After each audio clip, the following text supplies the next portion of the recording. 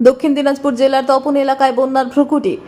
পুনর্ভাবা নদীর জলস্তর বৃদ্ধির সাথে সাথে তপন ব্লকের 2 নম্বর আজমাতপুর গ্রাম পঞ্চায়েতের বাসুরিয়া, সুতইল, জিগাতলি, বাজরাপুকুর, মনোহলি, শিবতলা সহ বিস্তীর্ণ এলাকা জুড়ে বন্যা পরিস্থিতি তৈরি হচ্ছে। বিগত কয়েকদিন যাবৎ জেলা জুড়ে ভারী বর্ষণ হলেও সোমবার সকাল থেকে বৃষ্টি থামলেও বিপত্তি তপন ব্লকের বিস্তীর্ণ এলাকায়। পাশাপাশি উত্তরবঙ্গ সমস্ত জেলা জুড়েই বৃষ্টি হওয়ার ফলে উত্তরবঙ্গের অন্যান্য নদীগুলির পাশাপাশি পুনর্ভবা নদীর জলস্তর বৃদ্ধি পেয়েছে। এর ফলে বিস্তীর্ণ এলাকায় জলমগ্ন হয়ে পড়েছে। ইতিমধ্যে জলমগ্ন হওয়ার ফলে এলাকার চাষাবাদের ক্ষতি হওয়ার পাশাপাশি গ্রামের সাধারণ মানুষরা ব্যাপক সমস্যায় পড়েছে। স্থানীয় বাসিন্দাদের পক্ষ থেকে জানা যায়, নদীর জলস্তর যেভাবে বাড়ছে এভাবে যদি বাড়তে থাকে আগামীকালের মধ্যে আরো বহু এলাকা প্লাবিত হয়ে যাওয়ার সম্ভাবনা রয়েছে।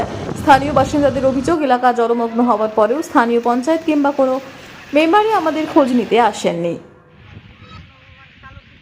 কি সমস্যা হচ্ছে? কালো বৃষ্টি ছিল, হ্যাঁ, রাত থেকে এমন বাড়ছে,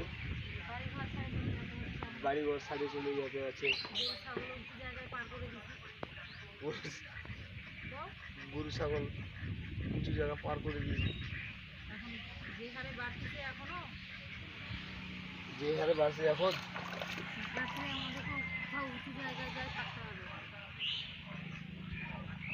আচ্ছা, রাতে উঁচু জায়গাতে থাকবেন নাকি? হ্যাঁ, আর আপনাদের বউ ছেলে মেয়ে সবাই এখন আপাতত এই বাড়িতেই আছেন? আর এখন আর জিনিসপত্র, বাড়ি ঘরের যে জিনিসপত্র সেগুলো কোথায়? উপরে। চৌকির উপরে। হ্যাঁ, আর রাতে থাকবেন কোথায়?